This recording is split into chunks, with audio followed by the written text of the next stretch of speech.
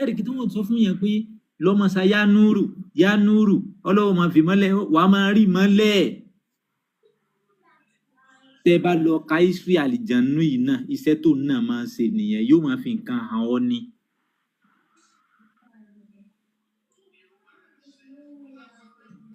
Yóò máa fi nǹkan hàn ọ́, yóò máa sí káṣàfi fún ọ, yóò máa sí ìṣíjú ìṣípayá. So kì í ṣe pé ó kọ Allah kan, kì í ṣe pé wá ní 99 name of Allah ṣe orúkọ Ọlọ́run ni. So kì í ṣe orúkọ àlìjànú. Ìdí nìyẹn tó fi jẹ́ sí pé ìṣesí yẹn lè máa bá lára, ìṣesí tí ń bẹ lára àlìjànú yẹn ilé máa bá lára gbogbo ọmọ tán bá ti ń sọ orúkọ yẹn.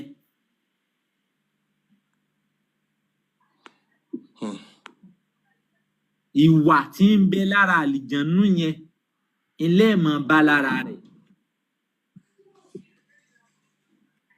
So ẹ jẹ́ ká tẹ̀síwájú. 21. Kò sí bí ìṣe àlùjọ̀nú ò ṣe ní sí lára wọn. Ẹ wo gba àwọn Fúlàní dẹ́kun ọ̀ jẹ́ orúkọ abínibí wọn mọ́. Ẹ wo bí wọ́n ṣe ń hùwà. Ẹ lọ ní Boko Haram nínú ẹ̀sìn àwọn náà pọ̀ jù mẹ́. Wọ́n sì wà hù.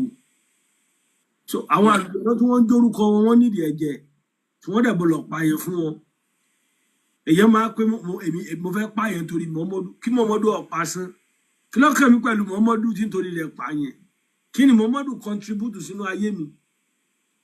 Torí rẹ̀ pé òun bí Muhammadu pọ̀ ni ẹni tó rírì òpé ló lè wúrú wà ẹ ẹni tí ọlọ́pọlọ tí wọ́n ti ṣépè fún ọ̀pá yẹn torí Muhammadu. Kí lọ́kàn? Ǹjẹ́ Muhammadu gbé díẹ̀? Ǹjẹ́ Muhammadu mú ẹ̀rí? Ǹjẹ́ aláàgbúrò ẹ̀ nínú Kùránì àdìsí? Ìjẹ́ ìtàn babalá bàbá rẹ̀ wà nù rẹ̀? Bẹ́ẹ̀ nítorí rẹ̀ wọ́n fẹ́ pààyàn. So àwọn ọmọ Fúlàní náà ni wọ́n pààyàn, àwọn ọmọ Haúsá torí àwọn ni wọn mọ ibi tí wọ́n ti wá, wọn ò lóríkì, wọn ò lórúkọ àbísọ, àmọ́ identity wọn ò ní evidence. Bẹ́ẹ̀ àwa lóríkì ọmọ Yorùbá alórúkọ we are very complete. Làbí sọ fún gbogbo ẹ̀yin brother wa, ẹ̀yin sister wa, ẹ̀yin ìyá wa. Àwọn ọmọ yín nìyẹn. Ẹ wá lọmọ yín mu Colorado, kò tí ì mu Colorado. Ẹ tẹ̀síwájú bàbá mi. Ilé ní ọmọ jẹ́ Waheed. Waheed àti Alahad. Ahad Aljami. Ahad ọba ọ̀kan ṣoṣo ni.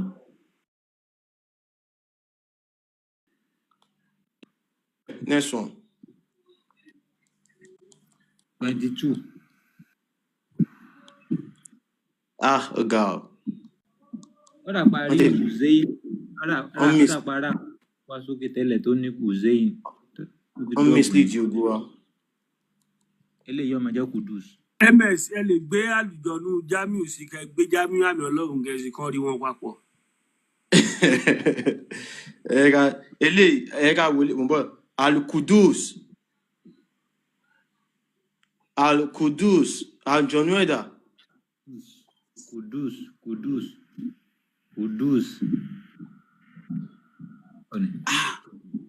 Àlùjọ̀nú ẹ̀ ló yarọ yìí. Kí lè tán wá ṣe báyìí fáwọn ọmọ Yorùbá báyìí. Latif àti gbálùjọ̀nú Latif wà, ìyẹn ti lọ. Wickedness ni MS. Ẹ mọ̀ pé wọ́n ti wò ó pé àwọn bàbá wa yẹn wọn ò mọ̀ nípa technology ìmọ̀. So ìmọ̀ táwọn bàbá wa mọ̀ ni pé kéèyàn ṣe àìsàn kan já ewé àti egbò kan fi wò ó sàn, káború ṣẹlẹ̀ sí yẹn kan yọ kúrò nínú ìṣòro yẹn. Ìsìnyẹn ọmọ lọ déédéé kí wọ́n wá àtúnṣe sí i. But ìgbà táwọn Arábù yìí dé, wọ́n rí pé nǹkan táwọn gbé wá fún wa agbára wọn ò lè ká wa. Wọ́n wá lọ lo ọ̀nà ìmọ̀ àlùmọ̀kọ́rọ́ yìí. Àwọn àtòyìnbó wọ́n pàdé àpòpọ̀, wọ́n gbé Bible àti Quran wá bá wa. Wọ́n wá fi sọlé ayé wa dolúkúmuṣu. Táwọn òyìnbó àtàràbù yìí bá fẹ́ràn wa, ṣé báwọn náà ń ṣe fóònù. Pé ó kó 11 million ọjọ́ kí wá ní mo fẹ́ lọ fi láòbù ajára. Àwọn oko à ń sọ̀rọ̀ ohun tó ti àsìn kí ló ń pè lẹ́sìn kí ló kàn wá pẹ̀lẹ́sìn à ń sọ̀rọ̀ nǹkan tó affect wa tí ò jí kọ́pọlọ wa set pé ká wake up fóònù tá à ń lò earpiece tá à ń lò charger tá a fi ń charge fóònù wa àwọn ọmọ 15 years 18 years ló ń ṣe and what are we doing? wọ́n wá ń fi búlọ́ọ̀kù àti sìmẹ́ǹtì wọ́n fi ń build ilé kan wọ́n ní mosque nílé Allah ni Allah gan só níbi tó ń gbé Allah kò lè dálé kọ́ fún rẹ̀ wọ́n kọ́lé fún wọn chain mọ́nú Kaaba ni ẹ̀yin kan wọ́n kọ́lé pé ilé Allah ẹ̀ ní sóríire ẹ̀yin òbí ẹ̀yin brọ́dà wa ẹ̀yin ìyá wa ẹ jí ká wake up àwọn òpẹ́ nìkan kan sí ẹ̀sìn kankan but let us build our life káwa náà wà successful nílé ayé a nídìí láti máa sáré kélé kiriki mọ́ let us build our life àwọn bàbá wọn ti ṣe kalẹ̀ fún wa a dẹ̀ tọwọ́ bàjẹ́ bọ̀ àwa ń jìyà kiri ẹ jí ká ronú náà àràbù tí wọ́n ń bá ìyá wọn sùn tí wọ́n ń bẹ̀wọ̀n ẹ̀gbọ́n wọn sùn wọ́n wá ní àṣà àwọn ọlọ́dà wọ́n wá gbé wá fún wa àwọn àfáà láìní làákàyè òkéwú kéfìtì náà ẹkéwú fún ọdún mẹ́sàn-án ẹ̀ríṣẹ́ dẹ́bi ṣe mọ́ ẹ̀fín tọrọ owó jẹ kiri ẹ̀fín bá àwọn bàbá wa lórúkọ jẹ́ iṣẹ́ dáadáa wo ló tara àràbù jáde nílùú Saudi kí náà wúlò fúnlé ayé yóò wọ ọdún mọ̀ wọ́n lẹ́yìn àràbù Fúlàní lọ́kàn wọ́n lè pààyàn torí Muhammadu àwọn ìrẹ́ tí ò lẹ́mìí dáríjì tí wọ́n mọ̀ what is meaning of a human being wọ́n mọ̀ what is love wọ́n lè pààyàn torí Muhammadu torí Allah torí Kùránì tó ń print in China àwọn èèyàn lè wá wò pé èèyàn ni wọn àwọn èèyàn lásán ajá wúlò jù wọn lọ ẹ jí ká ronú ọmọ Yorùbá say no to Islamic religion it no contribute anything in our life it's a nonsense things in our society ẹ jí ká ronú so ẹ já mọ bẹ́tò lọ. Tọ́láwá ńkọ́ ni.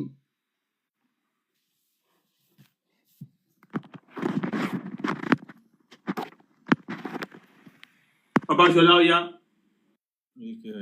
Abálẹ́ni tó fẹ́ sọ nípa àwọn orúkọ yẹn ẹ lè ṣe áì tó bá ti ṣe tán a máa gbé yín sókè. Ẹ tẹ̀síwájú.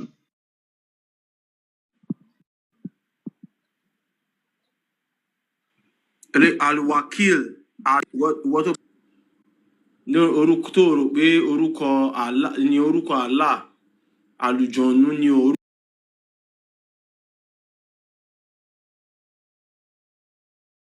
hours àwa 300 ẹgbẹ́ ọ̀hún kan tẹ 1000 ẹjọ́ power tap 1000. Then èèyàn 243 nìkan ló ṣiṣẹ́ àdẹ̀wà àwa èèyàn 315 ló wà ń bí báyìí ẹ jẹ́ káwọn èèyàn jàǹfààní ètò yìí ẹ jọ ẹ ṣeun. ẹnì ṣọ Báṣọlá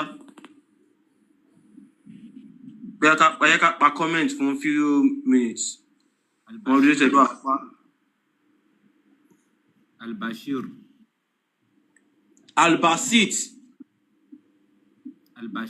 Albasit Abdulbasit tí wọ́n ti ń pè ọ́ ní Abdulbasit Abdulbasit dà àbíkọ́ ọmọ Saya Basit ẹmẹ́nìkan tí wọ́n àlìjánu rẹ̀ ni ló dàbí àdéhùn.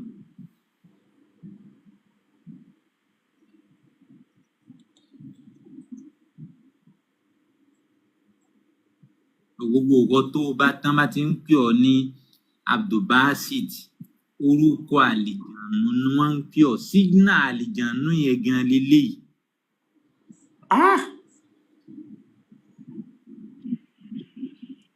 Ọbáṣọlá wọ́n á jẹ́ pé anywhere tó bá ti sa àwọn orúkọ yẹn àlùjọ̀nnú yẹn á débẹ̀.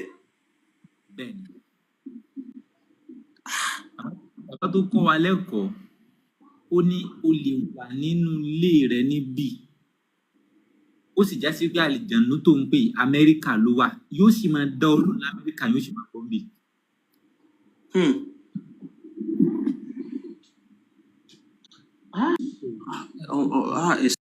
ẹ̀sìn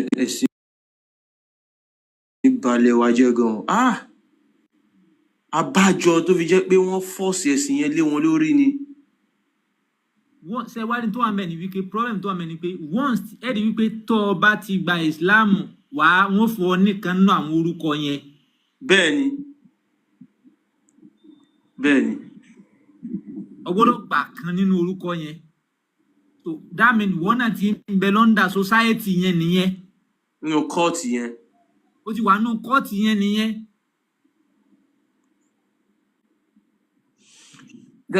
Àkànbí mọ̀ ń wo kíní kan káàsì wá sọ pé àwa àjà fitafita gbogbo kíní ojú everybody wá là Islam wá cast tí àwọn tí generation míì bá tún dé ṣé wọn rò pé wọ́n tún lè force nǹkan kan lé wọn lórí ṣá àbí kó lè ṣẹlẹ̀ mọ́. Kò lè possible. Wọn ò lè force nǹkan kan lé wọn lórí mọ́ torí pé Muhammadu gan mọ̀ pé nǹkan tóun ṣe òun fọkọ. That is the reason why ìgbà tó ń bí pé ìyá tó bí àti bàbá tó bí ipò náà wọ́n wà níwájú Allah. Torí àwọn òbí rẹ̀ náà mọ̀ pé àwọn bímọ òfò. Òun gẹ́gẹ́ dẹ̀ mọ̀ pé òfò àtàdánù lòun òun ò wúlò fún gbogbo society. Tó ẹ lọ wo gbogbo story Muhammadu kò fi àpẹẹrẹ tó dálẹ̀ sí ayé. Ó yá Nelson Ọbáṣọlá. Tó kò wúlò ìtàn rẹ̀ ó bọ̀lọ̀ parun náà ni. Àwọn òyìnbó gbọ́n ó láwọn òyìnbó tó wọ́n lórúkọ nílò àwọn òyìnbó yìí tó wọ́n ṣe nǹkan tí ò dáa tí ò tó 1% èyí tí Muhammadu ṣe wọ́n pa ìtàn wọn rẹ́ ni. Kódà gbogbo wọn náà ní logo tó bá lò irú Germany wọn pẹ̀ nìkan ní Hitler ó ní logo rẹ̀ tó bá lo logo rẹ̀ ní Germany bíbáyìí ó máa ní problem wọ́n mọ̀ pé èèyàn burúkú ni ní society. So ìwà burúkú Muhammadu dẹ̀ ju tí wọ́n lọ. So àwọn Àràbù wọn tètè mọ̀ pé àṣírí nǹkan yìí máa tú ni wọ́n fi continue pé àwọn lè pààyàn tó bá sọ̀rọ̀ ní Muhammadu tó bá sọ̀rọ̀ sí Muhammadu. Èèyàn mélòó lẹ fẹ́ pa? À ń sọ pé ọmọ yín ò da ẹni torí pọ́sẹ̀ jí ni. Bá di jìnnà jẹta kọ ọmọ ò da lọmọ ò da ń jẹ́ ẹmọ kọfà ẹ̀ Muhammadu ò ń ṣèyàn re. Is not a good example in this life. Muhammadu ò ní parí ní ayé. Ẹ kọ̀ máa continue Ọbáṣọlá. Lọ́wọ́ yìí ní ìgbéró àṣírí ti tí ọmọ ṣe mọ́.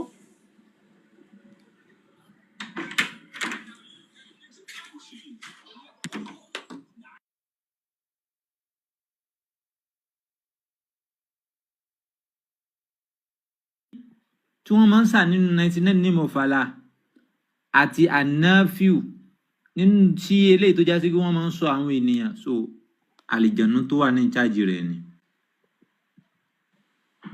Àlùjọ̀nnú oníyẹ.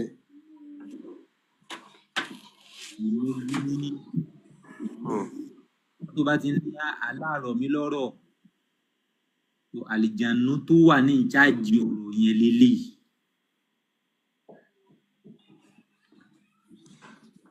Ẹ continue Ọbáṣọlá. Eléyìí 2026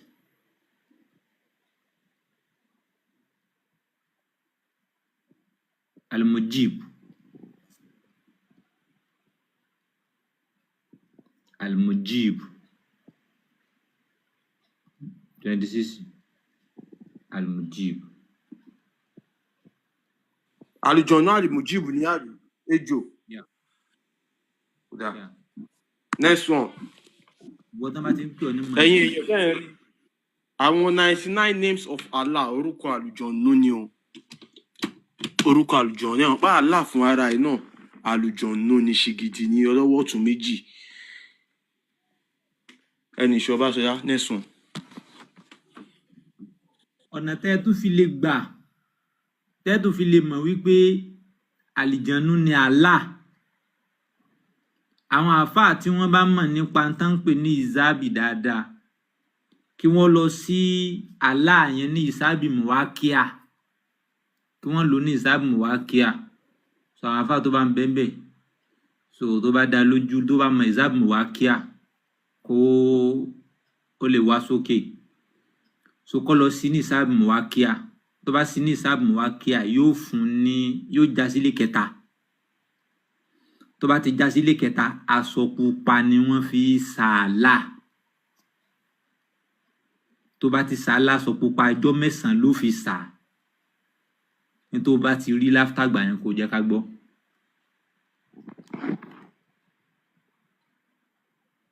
wàá mọ̀ pálí jànú ní jẹ́ bẹ́ẹ̀. téèyàn tún máa fi mọ̀ pálùjọ̀nù gan iṣẹ́ pé bí wọ́n ṣe ń sa àwọn orúkọ yìí wọ́n máa ń sa àlá náà yàhálà yàhálà yàhálà yàhálà yàhálà àbí bẹ́ẹ̀ kọ́ Báṣọlá. bẹ́ẹ̀ ni wọ́n lè máa sà kó mọ́ kán máa rí torí kí wọ́n àfọ́lò rule and regulation àlìjànú yẹn. ẹlòmíì lè sáyà la láàrin láti ìgbà tán ti bí i láyé tí ó fi kú tí ò bá ti follow rule and regulation rẹ̀ kò ní rí.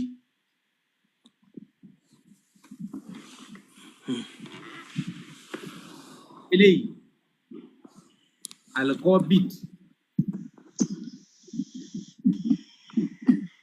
alkobit bẹ́ẹ̀ ni mo ti rí ìlànà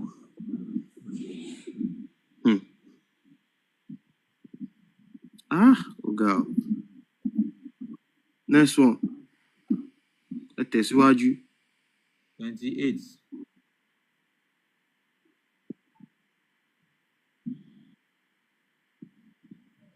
ẹ̀yin ẹ máa bá wa tap lọ àwọn èèyàn ti dáwọ́ dúró. eléyìí ṣóná aláṣà kò sáà là ń bẹ̀. ní àlá tó àlá ò lélẹ̀.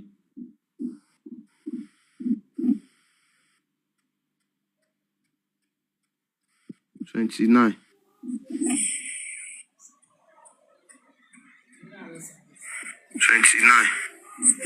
àfáà kan ti wọlé o abu.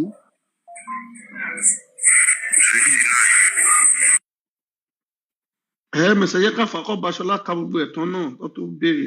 mi mọ ẹni tó gbé àbú yẹn wọlé nẹ́tíwọ̀kì wọn gan ò dáa. ẹ máa bẹ́tò lọ Báṣọlá. so ó ní. ẹ jẹ́ n wọlé iṣẹ́ aláwa ń bẹ̀. aláwọ̀ sínú ilé. aláwọ̀ sí ń bẹ̀ bẹ́ẹ̀ ni kò sí ń bẹ̀. Number 30.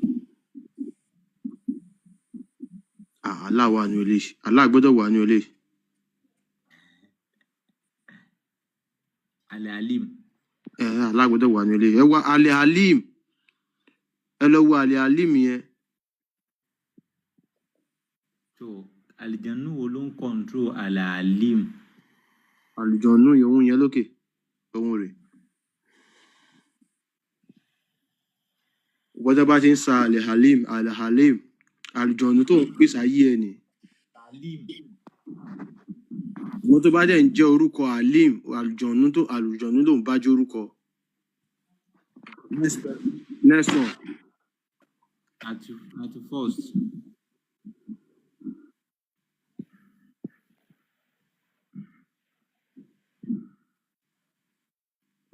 Al-Hamid Al-Rashid. Ahmed àti Al-Rashid. Ìwọ tó bá ń jẹ́ Ahmed tàbí tó ń jẹ́ Rashid, àlùjọ̀nù tó ń bá ẹ ṣiṣẹ́ nìyí o. Olórí burúkú àjọ yìí ṣe wá dàbí wèrè báyìí. Àwọn tó bá ń jẹ́ Rashid yẹn náà máa ya wèrè o. Wọ́n máa ní wèrè lórí o. Ẹ wà àlùjọ̀nù Rashid wèé dàbí wèrè. Olúwo náà ń kọ́ sí bí wèrè ní ṣíṣe. Abájọ àlùjọ̀nù ẹ̀ ni wèrè làlùjọ̀nù ẹ̀. Abájọ tó ṣe ń ṣe wọ́nranwọ̀nran. Abájọ ẹlẹ́sẹ̀ òsì méjì. Kò sẹ́yìn tó máa jẹ́ báyẹn náà tí ò ní ní wèrè lórí. Ẹ tẹ̀síwájú ọmọ tẹ́lá. Bí ọ ní Rashid àbí tí wọ́n ń gbé ọ ní kódà kó jẹ́ Rashida. So Rashid àti Rashida àlìjànnú tí ń control rẹ̀ ni. So àti Ahmed àlìjànnú méjèèjì tí ń control rẹ̀ nìyẹn. Ẹ jẹ́ ká 32.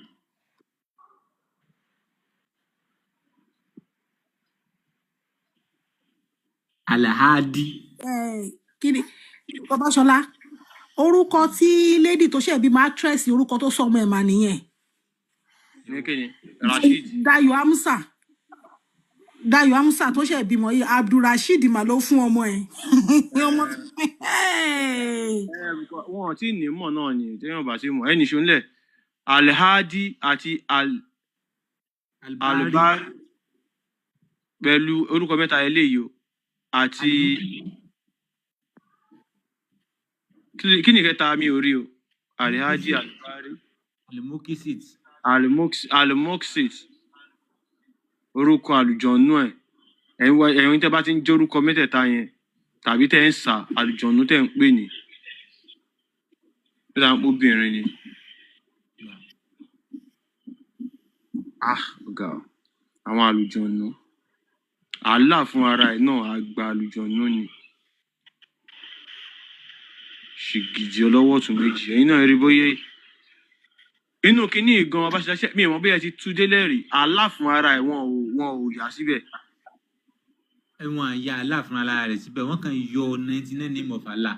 wọ́n kàn yọ 90 ok eléyìí sìn Al-Alim àti Al-Kabir wọ́n tó bá ń jẹ́ Kabir. Akibaru tán máa ń sọ yẹn Akibaru ibẹ̀ láwa yìí ó ní. Kabir orí bíi mẹ́fà lòun nìkan ní. Allah Akibaru Kabiru yẹn onílé.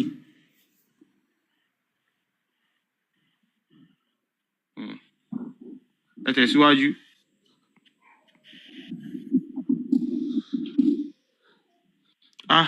ẹ̀yin tẹ́ ẹ ṣe ìran Yorùbá báyìí generation kan dẹ̀ ló máa bẹ̀rẹ̀ kínní àwa ń pass here from one generation to the other. Gafari Gafur Raufu Arauf Gafar àti Rauf òní. ẹni tó ń jẹ́ bẹ́ẹ̀ ni àjọyìn tó ń jẹ́ bẹ́ẹ̀ ni. ẹ tẹ̀síwájú.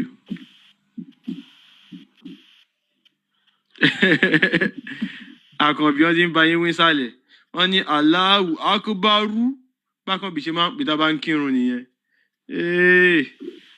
Alwadud Alwadud àlùjọ̀nnú tó ń bá ṣiṣẹ́ dà ẹ wọ Alwadud. ẹ̀yin èèyàn wa ìjọ ẹ máa bá wa share kínní anywhere tẹ́ bá ti bá pàdé program ẹ máa bá wa share ẹ jẹ́ ká tú àwọn èèyàn wálẹ̀ kí ọpọlọ wọn tú. àwọn kan máa ṣerú kú ṣá àmọ́ bẹ́ẹ̀ gbogbo wa kọ́ la máa kúrò. àwọn kan máa ṣerú kú wọ́n ti kọ́ látọ̀run pé ilé ayé táwọn ń lọ ẹrú làwọn ń lọ ṣe. èyí tó tẹ̀lé dà kò ní Allah ẹ tẹ̀síwájú. àjẹfẹ́ gbá kínní àti ṣe kínní rẹ̀ wá parí ẹ̀tàn gbà yẹn náà ó pọ̀ ó sì pọ̀ àrí. àti délàjì gan. so òní bí alimutahali àbí alimutalib alimutali àlùjọ̀nnú ẹ̀dá 99 names of Allah là ń pè yẹn o gbogbo ẹ̀yin tẹ́ bá lọ wo 99 names of Allah àwọn nǹkan tẹ́ ń pè tẹ́ máa rò bí Allah gbogbo àwọn àlùjọ̀nnú tẹ́ ń rí Allah ló ń pè wọ́n ránṣẹ́ àlùjọ̀nnú tá Allah ń lò ní òun ló ń pè fún yín tẹ́yìn rò pé bóyá Allah yẹn náà àlùjọ̀nnú lòun náà òun ló lórí wọn òun rè. Next one.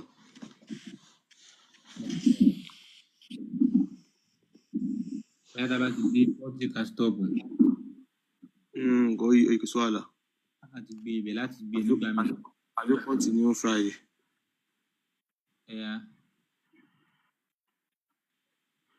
Owó lélẹ̀ nọ́mbà kéde 38 okay.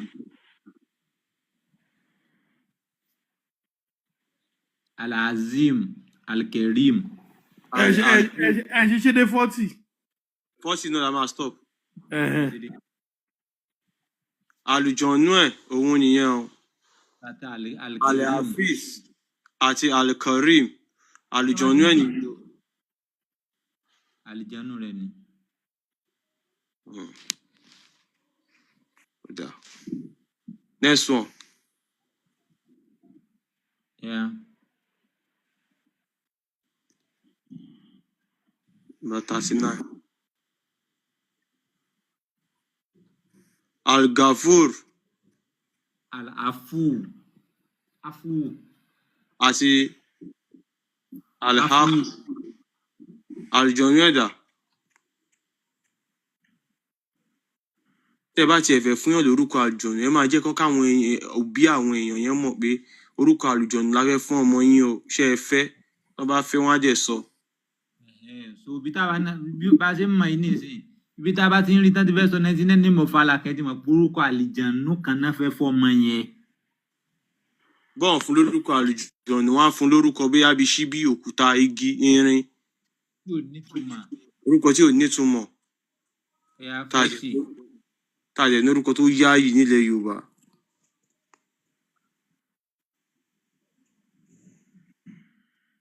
Alimuyi. Ẹni bá ń jẹ́ okay. Ẹni tó bá ń jẹ́ Muyideen kan nìyẹn. Ìdí nínú.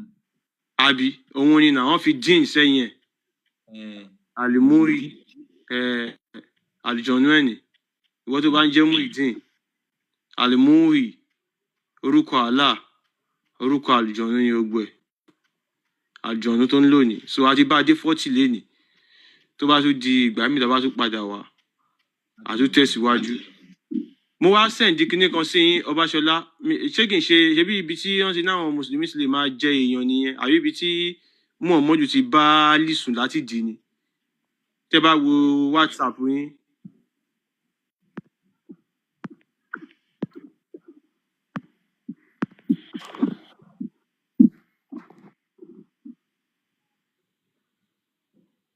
Ẹ̀yin èèyàn wa ẹ máa bá wa power tap lọ. So nísìn a ti parí ìpele 99 names of Allah. So a fẹ́ bọ́ sí ibi tí Muhammadu ti bá Ali kan ló bá sùn látẹ̀yìn olówó Èkó. Ali. Òun àlọ́ fọ́lẹ́ mi. Muhammadu ló kọ́kọ́ So tá a bá ní àwọn agbègbè. muslim tó wà ń bẹ̀ bí atọ́ ní nǹkan fẹ́ sọ ẹ lè ṣe àyè ọkẹ́ wá sókè. Jẹ́jẹ́ mọ́ Lórí ni nǹkan tá ẹni a ti muslim kà. ní so jẹ́jẹ́ mọ́ ni ní Bẹ́ẹ̀ni. muslim lọ wọn so. All right. So Ẹ rí jẹ́jẹ́ mọ́ ní gbogbo fáìlì wa ni. àjọ wa náà ni. Gbogbo àwọn orúkọ yẹn bóyá jẹ́ gangan nìyẹn. Kò sí irọ́ ń bẹ̀. Ṣẹ̀rí àyẹ̀wò tó wá rí àwọn àfa wọn tó wá ní nǹkan kan tó máa fi ń kun tó máa ń pè ní ọ̀pá. So ó ní àwọn orúkọ tó máa ń pè ní ọ̀pá. So gbogbo àwọn ọ̀pá yẹn náà orúkọ àlùjọ̀nnú náà ni. So ó máa jẹ́ kí ìkíní ètè ìyá láti lè sún mọ́ àláwù wọn láti lè máa rán àwọn àlùjọ̀nnú yẹn láti lè máa rán wọn ṣẹ́. Ẹ̀rí ṣẹ̀rọ̀ pa Gbogbo yẹn. àwọn àfa gbogbo àwọn àáfàá tí wọ́n ní àwọn ṣéwù àwọn gáúsù Jẹ́jẹ́ mọ́ bí ni. for example Jẹ́jẹ́ irú mọ́ ni. Suleiman Farouk yẹn sìn Jẹ́jẹ́ mọ́ ni. náà mo wà pẹ̀lú. Ṣẹ̀rọ̀ pa yẹn sàkámàjẹ ni. Wọ́n fẹ́ pe ọ̀pá káwá ní basnuha babasanuha tẹ̀jìmáwò Suleimasu Muhammadu babasanuha.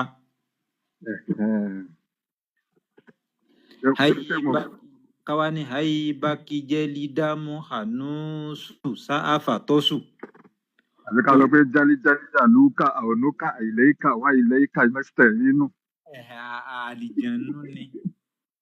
Òun náà ni orúkọ gbogbo àwọn àlùjọ̀nnú yẹn gbogbo àwọn orúkọ aláwù yẹn náà ni wọ́n kàn mú bẹ̀rẹ̀ rẹ̀ wọ́n kàn mú ìbẹ̀rẹ̀ àràfí ẹ̀ wọ́n kàn so pọ̀ mọ́ra wọn lọ. Tó ti yẹn sìn so gbogbo àwọn kìnìún yẹn náà ló máa ń jọ wọ́n lójú táwọn fi ń jẹ́ àfa wọn ní àfa làwọn àwọn fi ṣàfihàn àwọn fi ṣe gbà àwọn fi ṣàwò. So kò sórúkọ Ọlọ́run kankan ń bẹ̀ kò sórúkọ Ọlọ́run Elédùmarè ń bẹ̀ orúkọ àlùjọ̀nnú àwọn ilẹ̀ Lárúbáwá ni. so bó ti jẹ́ gangan náà lẹ́sìn sọ yẹn mo kàn jẹ́jẹ́ ní mọ kí ní n tí tó mú bá fi ṣàṣìyàn bó ṣe sọ pé àwọn máa fi ń ṣàṣìyàn yẹn ó dẹ̀ máa dáhùn lóòótọ́. ṣe mọ̀ wípé pé nínú àwọn orúkọ yẹn ó ní àwọn ibì kan níbẹ̀ tó yẹ pé wọ́n máa bò lójú tó máa dàníyàn sí tó máa forúkọ èèyàn sí tó máa ń pè ní táwọn afá máa ń pè ní tákàlí. ok so tó bá wá kò sí ṣàṣì bẹ́ẹ̀ ẹni tó bá ṣàṣì ó máa ràn ẹ̀ dẹ̀ ṣúọ̀. àwọn míì wà ń bẹ̀ tó yẹ pé tó bá ṣàfihàn tó máa ràn yàn because òun náà dàbí oògùn náà ni gbogbo nǹkan tó máa ṣe yẹn náà ó máa ń nídìí wọ́n lè sọ pé kán fi káfúrà sí wọ́n lè ní kán fi àwọn ewé kọ̀ọ̀kan sí because gbogbo àwọn kinní yẹn náà ó ní bọ́yẹn máa ń kọ ní lárúbáwá náà wọ́n lè sọ pé wárákátù kinní kan tó dẹ̀ máa ń nítumọ̀ ní ọ̀dọ̀ tiwa náà bí báyìí. ìtorí àwọn àlùjọ̀nnú yìí èmi lójú tèmi wò pé a ò wà familiar mọ́ ní ilẹ̀. ìjọ̀nú máa wá láti desert wá bá wa nílẹ̀ Yorùbá ikú ti pa. kí ló yẹ tí wọn ṣe kinní yẹn ṣe bọ́n fẹ́ ṣàṣì K1 kí ló yẹ tí wọn rí ṣàṣì ṣe bí gbogbo àwọn àáfàá ni wọ́n ganu gbogbo ọdẹ náà sọ̀rọ̀ kí ló yẹ tí wọ́n ní kò ní lọ́jọ́ méje. sọ̀rọ̀ pé K1 náà ti lọ fún àná ọ̀nà ayé. Anyway, the most important thing táwọn èèyàn wa tẹ gbọ́dọ̀ mọ̀ bí pẹ̀lú nǹkan tá a kà fún yẹn bá a ṣe ka díẹ̀ nínú 99 names of Allah àdè kẹ́ ẹ rí i pé orúkọ àlùjọ̀nnú ni ó gba àwọn orúkọ burúkú yẹn ìwọ tó bá wá ń jẹ́ àwọn orúkọ yẹn ní 21st century tètè lọ change ẹ o. bẹ́ẹ̀ ni bó ṣe wà ní. tètè lọ change orúkọ ẹ o. bó ṣe wà ní. so ẹ ṣe gan Abáṣẹlẹ́yẹ ti rí nǹkan tí mo ní mo send yẹn. ẹ yà mo ti rí. bí ẹ lè bá wa sọ̀rọ̀ lórí ẹ̀ ṣé orí fóònù yẹn náà lè wọ́ ṣe lè bá wa kà á. bí a kẹ́ go through ibi tẹ́ bá fẹ́ kà ń bẹ́ kẹ́kọ̀ọ́ kà káwọn èèyàn kan gbọ́ nǹkan tí yóò sọ nǹkan tó wà níbẹ̀ torí pé lárúbáwá ló fi kọ́ ayé fẹ́ kẹ́. ìyẹn níbi tí wọ́n ti dóde àlè ni o. òun ni mo send yẹn àbí. yà. òun náà ni ẹ bá wa kà. èyí tán ti ní kán lè jẹyàn yẹn ṣe ní yẹn lọ́wọ́. mi ní lọ́wọ́ orí ọ̀rọ̀ yẹn lè wà. ló wà. tẹ́ bá ti rẹ́jì eléyìí kẹ́ bá wa kà ẹ ṣe.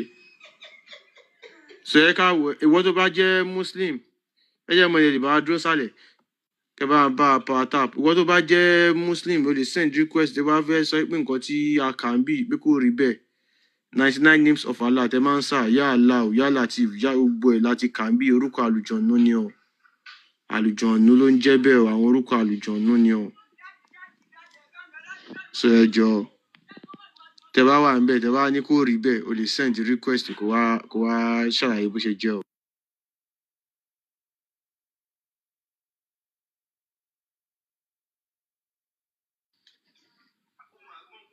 Mr. Ariyo.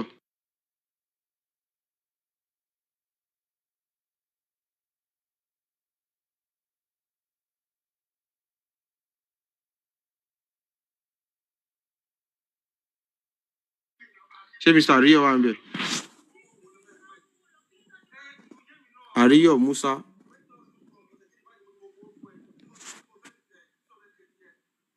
so Ọbaṣọlá yìí là ń dúró de o tẹ́ bá ti rẹ́dì.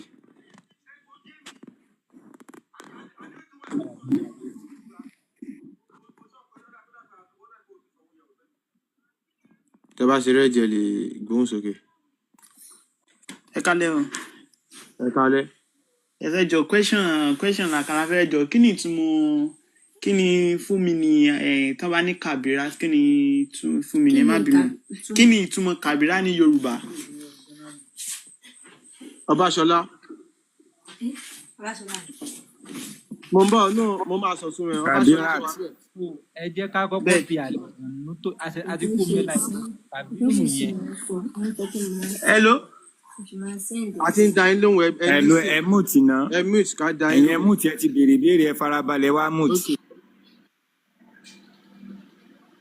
Kabirat tẹ́ bá kọ́kọ́ fẹ́ wò ẹ lọ wo Allahu Akibaru ṣe mọ̀ pé tẹ́ bá ti sọ pé Allahu Akbar kí ni wọ́n sọ fún yín yẹn Allah tóbi Allah àlálá jùlọ kẹbíìrù ń tó tóbi náà ń pè bẹ́ẹ̀ kẹbíìrù ń tó tóbi kẹbíìràt ń tó tóbi lóbìnrin big ẹ rí i pé tá bá fẹ́ mu Pepsi ṣe pé big wà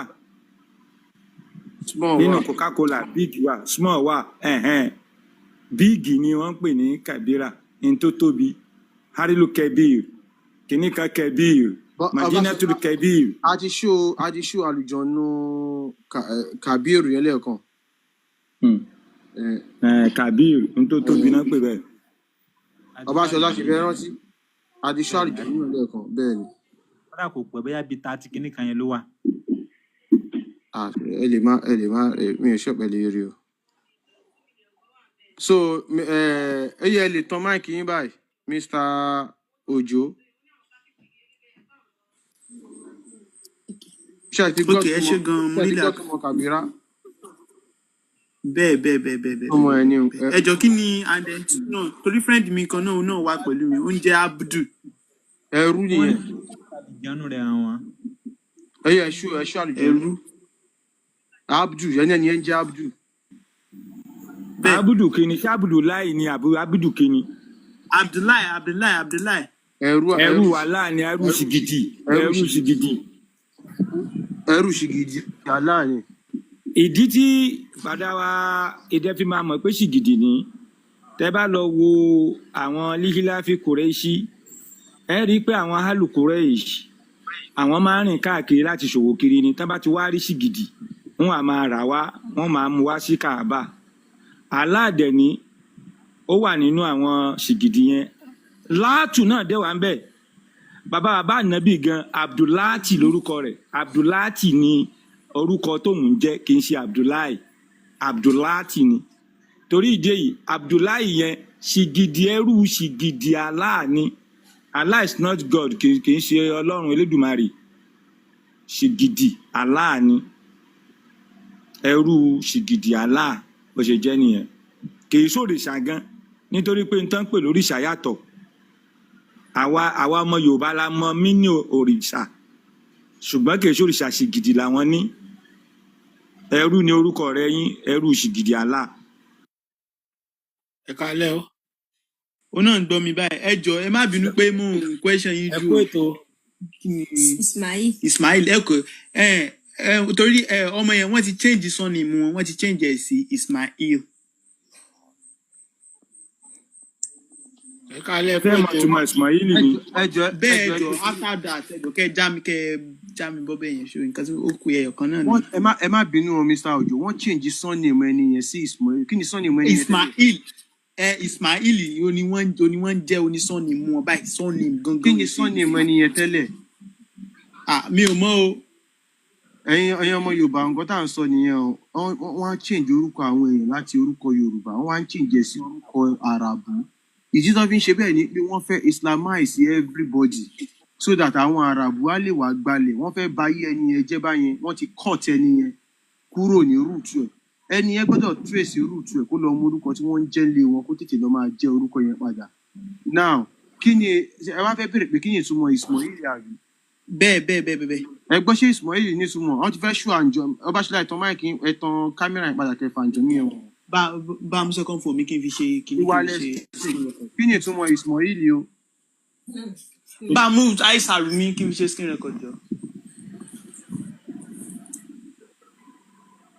ẹnìkan pè wá sìn. Ismail mo ní kí ni ìtumọ̀ Ismail. Ismail ò ní ìtumọ̀ kankan nínú ayé. ṣe é gbọ́ báyẹn. ó dàbí Jibril ni Ismail orúkọ àwọn àlìjànú náà lòun náà kò ní ìtumọ̀ kankan kò sẹ́ńtò. Ọbaṣọlá ẹ gbọ́ kí ni ìtumọ̀ Ismail. bó ṣe rí náà lẹ́wọ̀. bẹ́ẹ̀ ta. gbé kínní ẹ̀sùn kínní 99 ẹ̀ gbé sókè jọ pátápátá. ó bẹ́ẹ̀ tàbí ṣe. So Mr. Ojo ẹ wo kí n tó fẹ́ fi wọ̀nyí yìí. mo wà pẹ̀lú yín sà. ẹ̀yin lẹ béèrè pé kí ni ìtumọ̀ Kabir lẹ́ẹ̀kan àbí Kabira. Okay. ẹ wo ojú screen yẹn ẹ ti rí Allah ni ẹ ti rí Kabir alikabir òun ni wọ́n fọwọ́ kàn yẹn tí ẹ ti rí ok mo ti rí. àlùjọ̀nú ló jẹ́ bẹ́ẹ̀ wọ́n máa fa àlùjọ̀nú yẹn wọ̀nyí sìn ó yẹ fi wọ̀n wọ́n ọkùnrin yóò máa jẹ́ kàbírù obìnrin yóò máa jẹ́ kàbírá rá tó inú rẹ̀ wá lélẹ̀ Ní Kábírà ni. so ṣọ́ọ̀kan àti kàbírà ẹ má bínú o. Alẹ́ o. ẹ ti fẹ́ bánú gẹ́yìn jẹ́ lónìí bẹ́ẹ̀. tó Alẹ́ o. èéfín ni pé gbogbo ọkọ táwọn mùsùlùmí ń fún yín orúkọ àwọn àlìjànú ni ìlú sáà ti ìtàn nítorí rẹkọ̀dù mọ́ ní ẹ̀yin kọ́tẹ̀ èèyàn mi bọ̀dá òjò ẹ ní sùúrù bọ̀dá òjò ẹ kálẹ̀ Ṣé rí ẹ lè gbóhùn sókè user ó dáa àṣà ẹ̀ka alẹ́ kó ètò ẹ kálẹ̀.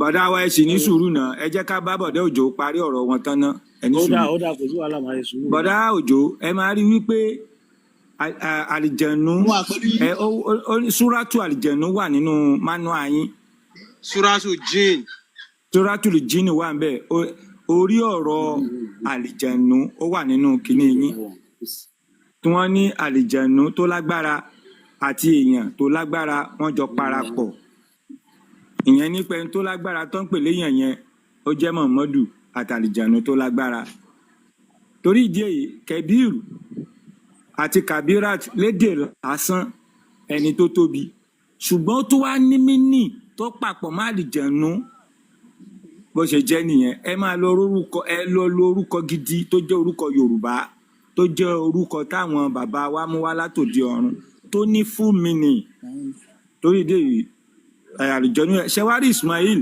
kò ní orúkọ kò ní ìtumọ̀ rẹ̀ kankan láyé Ismail ò ní orúkọ rẹ̀ kankan kò sẹ́ni ẹ sọ fáàfáà tó sọ orúkọ Ismail yẹn pé kí ló ń pè bẹ́ẹ̀ kò lè mọ orúkọ rẹ̀ kí jẹun wá bíi Jubilee Hill bíi Asara Hill bíi kórúkọ ẹ̀ Hill bó ṣe jẹ́ nìyẹn ó wà wọn àmọ́ lórí tí iṣẹ́ àná orúkọ àwọn àlìjẹ̀nú náà ni ó wà lórí kò jù iṣẹ́ àná bẹ́ẹ̀ lọ wọlé. so ẹ ṣe ṣe ti gbọ́ sùúrù brọ́dà wa Òjó ẹjọ́ ṣá ẹ mo lè sọ̀rọ̀ o. ẹ lè sọ̀rọ̀ Mr. user ẹ máa Bóyá sọ ẹ sọ̀rọ̀ yìí. alẹ́ o ẹ kú ètò ẹ káàbọ̀ ẹ̀ka alẹ́ ẹ kú ètò ẹ káalẹ́ ẹ káàbọ̀ mọ̀ọ́rẹ́ tẹ́ ń ṣe fáwọn o pàápàá ní Nàìjíríà yẹ mọ̀ọ́rẹ́ tẹ́ ń ṣe fáwọn èèyàn o ẹ ń yọ àwọn èèyàn nínú ìdí ẹ̀sìn kódà èmi àti ọmọ sẹ́mi kan jẹ́ pàjọ́ máa ń play program yìí ara àwọn tó jẹ́ bíi kinní ni wọ́n tó jẹ́ bíi kí ló bá máa ń sọ lédè òyìnbó yìí pro tó yẹ pé fanatics gan ń sìn ọkàn ẹ ti yí padà ẹ ṣe gan o mọ̀ọ́rẹ́ tẹ́ ń sáwọn èèyàn o ẹ jọ fọlọ́run bẹ́ẹ̀ kò ní rẹ̀yìn ẹ má dúró o ẹ dákun gbogbo ọ̀nà tẹ́ bá mọ̀ pé ẹ máa gbà gbogbo ibi tẹ́ ẹ bá mọ̀ ẹ máa wàásù fáwọn èèyàn bẹ́ẹ̀ lórúkọ Ọlọ́run Yorùbá ò ní wọ wàhálà o ilé kálukú ò ní dàrú o ẹ ṣe àdúpẹ́ o Nàìjíríà lèmi ti ń sọ̀rọ̀ o ẹ ló sẹ́ ń gbọ́ mi sà. ẹ ṣe gan sa a ti gbọ́ yín ẹ̀yin náà ẹ ṣáà máa bá wa play ẹ̀ fáwọn èèyàn tẹ́ bá mọ̀ ẹ ṣe gan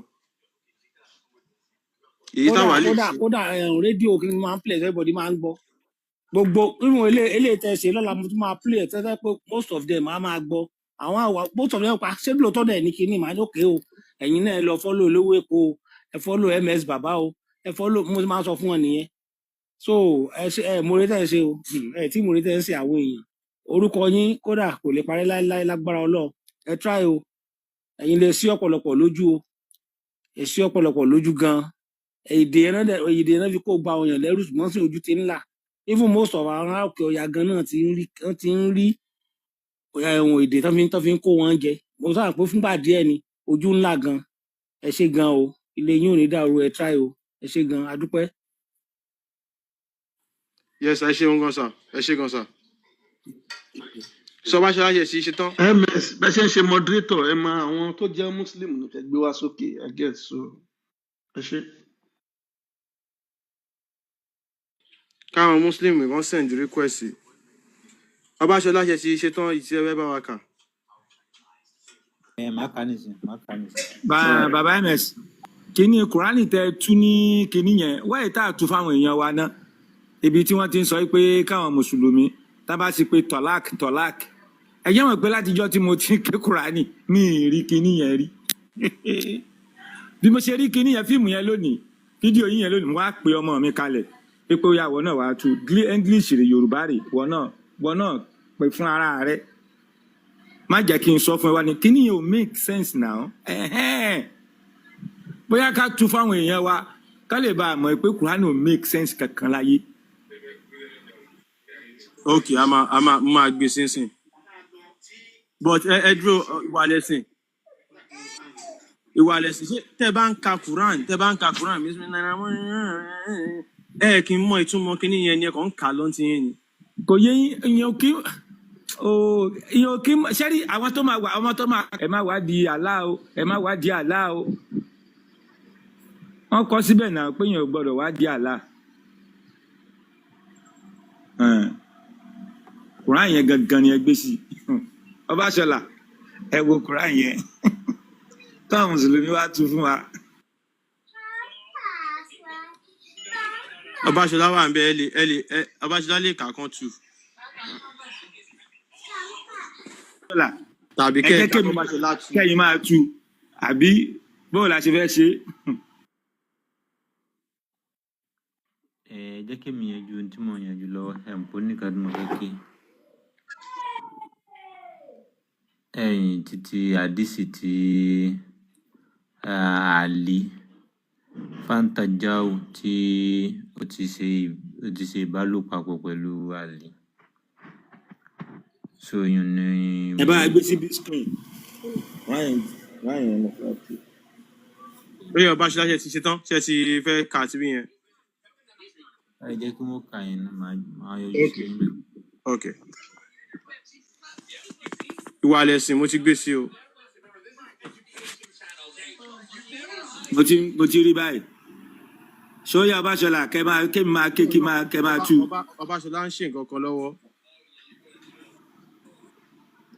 Ọbáṣọlá. a ní wọ́n ń ṣe nǹkan kan sẹ́yìn wọ́n fẹ́ bá wa kà nǹkan kan òun lọ́wọ́ àárín. ok ó yá ẹ jẹ́ kémi ó tú ẹ jẹ́ kémi ó kà ó yá fàyín tàlákàá fàlà tàìlù làhó mímbà àjùwàtà táǹkì àṣà ọjà gèrà o. ẹ máa ṣàmìàn. fàyín tàlákàá fàlà jùnáhà àlẹ́hìmá àyàtàràjà insana anyokima hududallahi fatilika hududullahi yubayinuha liqaumin ya'lamun. Fa'in talakaha tó bá ti kọ ìyàwó ẹ lẹ̀ tó bá ti sọ pé atọ́lák ìkọ̀sílẹ̀ fàlàtà ìlú mi ń bá ju àtàtàǹkì ọ̀sà kò tọ́ sí ẹnìyẹn mọ́ ẹni tó ti sọ pé tàlák bóyá àwọn àtìyàwó ẹ̀ tó ń jà àjàrà ń pẹ́ ó wá sọ tàlák yẹn lẹ́ẹ̀mẹ́ta kò tọ́ sí ọkùnrin yẹn mọ́ láti fẹ́ ìyàwó yẹn mọ́ tó bá fẹ́ o àtà títí tàǹkì ọ̀sà ọjà gèrà o títí ó fi lọ fẹ́ ìyàwó mi ọkọ mi yóò ṣẹ̀ṣẹ̀ lọ fẹ́ ọkọ mi yóò kọ́kọ́ lọ lé ọkọ kan náà tọkọ yẹn tí ó fún dọ́gì tàbí kó fún ní fúrọ́ǹtì láì jẹ́ bẹ́ẹ̀ ẹnìyẹn ò lè fẹ́ káníwọ̀ ìyá àtìyàwó ẹjọ́ kan jà ráńpẹ́ ó wá sọ pé àtọ̀láàkù ìyàwó rẹ ti lọ nu o kó tó lè fẹ́ padà yóò kọ́kọ́ lọ fẹ́ ọkùnrin míì náà. fàyín talọ́kàá fàlàjùnà àléhìmá tí ọkùnrin tí bí yẹn bá wá tún kọ̀ sílẹ̀ kò wá ṣẹ̀ṣẹ̀ mọ́ pé kó má fẹ́ra wọn mọ́ aláàní sọ̀rọ̀ o ọkùnrin tí bí yẹn ìwọ tó kọ́kọ́ fẹ́yàwó o ti sọ pé tọ́lák o ti tọ ìkọ̀sílẹ̀ lẹ́ẹ̀mẹ́ta ókè o ti wá kọ̀ sílẹ̀ o ti wá lọ o ò lè fẹ́ mọ́ pé ó yá ẹ jẹ́ kan mọ̀lẹ́bí bá yín parí ẹ̀ kò ṣeé ṣe mọ́ ó dìgbà tí ọmọbìnrin yẹn bá lọ ilé ọkọ míì tán kó dọ́gì fún tán bá wá kó dọ́gì fún tán tó ti bí náà bá wá kọ̀ lẹ̀ kò wá sí ẹ̀ṣẹ̀ mọ́ wípé kí ìwọ àti ẹ̀ náà jọ fẹ́ra padà insana anyoke maududanlahi tẹ́ bá ti gbèrò wípé tọ́ ẹ fẹ́ gbé òfin aláàga ẹ fẹ́ kọjá àlà òdúdàláyì àlà wàtílíkà òdúdàláyì tá ń sọ fún yín pé kẹ́ ẹ máa ṣe yìí yóò bá yínú à ń ṣàlàyé ẹ̀ fún yín báyìí ìkà omi yá alámú fún àwọn èèyàn tán nímọ̀ tí Kùránì sọ fún ọnù.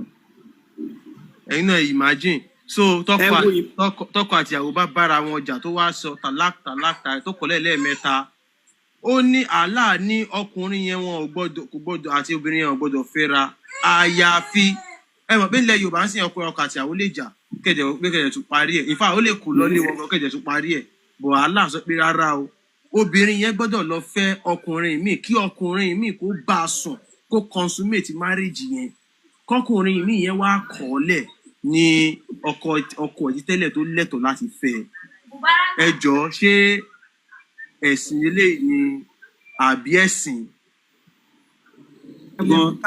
àfa àti wá fẹ́ jà wá yàn kó máa bọ̀ lókè o. kóòdù yẹn ò tí ì yé yín báyìí àbí ṣé kóòdù yẹn ò tí ì yé yín. ṣé Ọbaṣọlá ó yé wa Muhammadu ló fẹ́ lá obìnrin yẹn.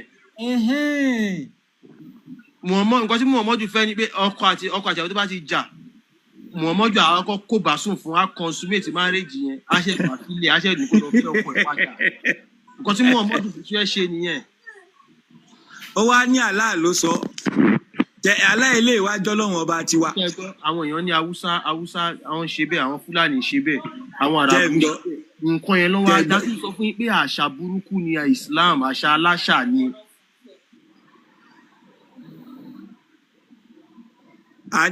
Adénúgà ṣe fẹ́ bá wa sọ̀rọ̀ ní bóyá àǹfààní wọn. wàláì sẹ́rí Muhammad yẹn gbọ̀ngàn. ó bayé jẹ́ gan torí ẹ̀ ó dàbí torí bóyá bayé jẹ́ yẹn tán wá rí i pé ọ̀nà tí Muhammadu gbà tó fi ń gbalẹ̀ yìí ọ̀nà yìí dá o wọ́n ṣe ń ṣe sallallahu alaihi wasallam pé kọ́ máa ṣàdúrà fún lórí burúkú ni ọ̀bọ yẹn náà. Ọbaṣọlá ẹ̀ka nǹkan tẹ́ fẹ́ kà. yá wọ́n gba àdìsí wa látọ̀dọ̀ Tírímìsì. so àbùdáhà Rasulullah àbúján yawma Taifa. so ní ọjọ́ Taifa ni wọ́n máa pe ó kú wọ́pẹ́ wọ́n máa pe àlè pàǹtà ló bá súnmọ́. Fakọ́lá náà àwọn èèyàn wá padà mọ̀ àwọn èèyàn wá sọ wípé àkọ́dé àtọ́là nájíwàwó má ibùnà àmọ̀ó ìyẹn ni pé tí ànábì ṣe fún àlí yẹn o àwọn bàbá bíi nájíwàwó má ibùnà omi so bí ẹ̀gbọ́n bàbá rẹ̀ náà ti ṣe irú ẹ̀ fún náà. Fakọ́lá ló wá ànábì wá sọ pé má àná àǹtà jẹ́ ìtùrú èmi kọ́ ni mo ṣe ìbálòpọ̀ pẹ̀lú àlè wàlákìn Allaha ta'ala àǹtà Allah ló ṣe. Definitely Muhammadu ni Allah yẹn ò exist Muhammadu ni Allah òun ló bá yàn sùn ó tún wá sọ pé nǹkan lòun bá sùn pa Allah ló bá sùn àbí nǹkan tó ń sọ kọ́ nìyẹn. ibẹ̀ ló ti wá ń sọ lẹ́yìn pé tẹ́ ẹ bá ti rí àlè ẹ ti rí èmi tẹ́ ẹ bá ti rí èmi náà ẹ ti rí àlè náà ni ó jẹ́ wàlíyì ńlá lẹ́yìn tí wọ́n ní ìgbà tó lọ. kóòdù ti wà ń bọ̀.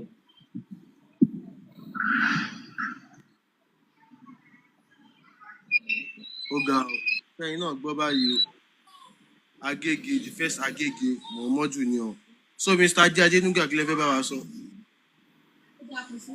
Àkànbí ṣẹ̀ṣì wà ń bẹ̀. Mr. Ajé Adénúgà ó dàbí Mr. Ajé yìí Mr. Ayọ̀dèjì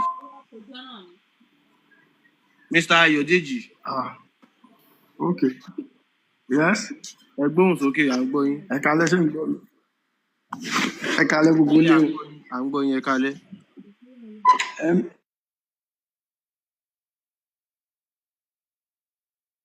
Èkó, ẹ kú iṣẹ́ tabi tẹ́ ẹ ṣe o. Ṣé rí gbogbo kínní yẹn ẹ̀kọ́ tẹ́mi kọ̀ rí according to story àwọn Christian, Muhammad yẹn gangan ni antichrist. Òun gangan ni antichrist tó ń polówó.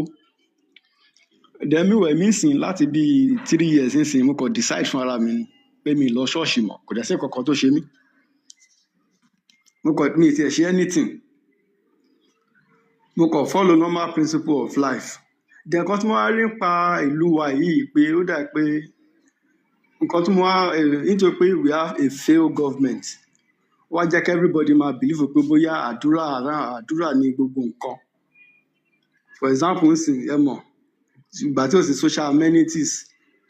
For example kẹ́ máa gbàdúrà pé kán wá táyì àdúgbò yín àbí kẹ́ máa gbàdúrà pé kán fún yín ná. And these are government responsibility. So nítorí pé government wá fail yẹn òun ló ń jẹ́ káwọn àáfàá yìí àbá àwọn pastor yìí kán máa ráwọn èèyàn mú mọ́lẹ̀. Nǹkan tẹ́mi fi ipò ń ṣẹlẹ̀ nìyẹn. So if government can but ẹ̀mí wà àwọn ẹ̀mí mọ àwọn tó bá ní tán bá wà platform yìí tán ní agbára láti reach sáwọn ọba wa. Àwọn bí èmi fi pé a ní láti máa ṣe correction láwọn ọbẹ̀ yẹn ń sìn. Oníṣẹ̀ṣe ló ní ọba. Ó wá ti ń di nǹkan tó yẹ pé Christian àti Muslim ti ń fi agbára gbà ń sìn. Especially àwọn Muslim tẹ́ bá notice ń sìn. Agenda wọn nìyẹn tí anywhere tán bá ti fẹ́ jọba ń sìn. Àwọn Muslim máa lọ fún èèyàn kan tó jẹ́ bí i Muslim wọ́n máa lọ fún backing wọ́n máa lọ fún support. Wọ́n á make sure pé ọba yẹn já máa wọn lọ́wọ́. That is what is going on now. Agenda tó ń lò nìyẹn sìn. So tán bá ti wá rí ọba yẹn jẹ ní ibẹ̀ yẹn ibẹ̀ náà wọ́n máa gbà ibẹ̀ náà ti máa operate. Tẹ́ bá notice ní gbogbo nǹkan tí Olúwo tó ń ṣe nípa kinní kan yẹn kò dá ṣe ó láwọn tó ń fún backing ẹ̀. Then bó dẹ̀ ṣe ń lọ yìí sìn nǹkan tó dẹ̀ yé majority wọn ni pé tá bá rẹ́ni tó gba owó tó tà àwọn ará ilé ẹ̀ lọ́pọ̀ whether they like it or not àwọn náà máa forí kó ń bẹ̀. Ó ń bọ̀ gbogbo wa náà lájọ máa ṣe kíni lójọ máa affect. Tá bá ráwọn tó gbowó tán feel pé bóyá àwọn ti gba owó kò sí ẹni tó bá ṣẹlẹ̀ náà tí ó bá ti affect òun directly á ṣá affect anybody ní ìdílé ẹ̀ ìyẹn certain. Kò dẹ̀ sí bọ́n ṣe máa kí oríkì anybody wa whether we like it or not wọn ò lè kí mọ́ Muhammad wọn ò dẹ̀ lè kí mọ́ Jésù Kristi. Tó bá máa kí oríkì anybody tó jẹ́ ọmọ Yorùbá tó bá máa kí oríkì ẹ̀ wọn ò lè kí kó lọ bá Saudi kò possible. So nǹkan tẹ́ ń ṣe Ọlọ́run á máa fún yín Olódùmarè á máa fún yín ní agbára láti tẹ̀ because kò easy kéèyàn tó just like you said you want to save the world and the people you want to save are they ready to be saved? So nǹkan tẹ́mi sọ fún yín nìyẹn. ẹ ṣeun gan sà ẹ ṣe gan.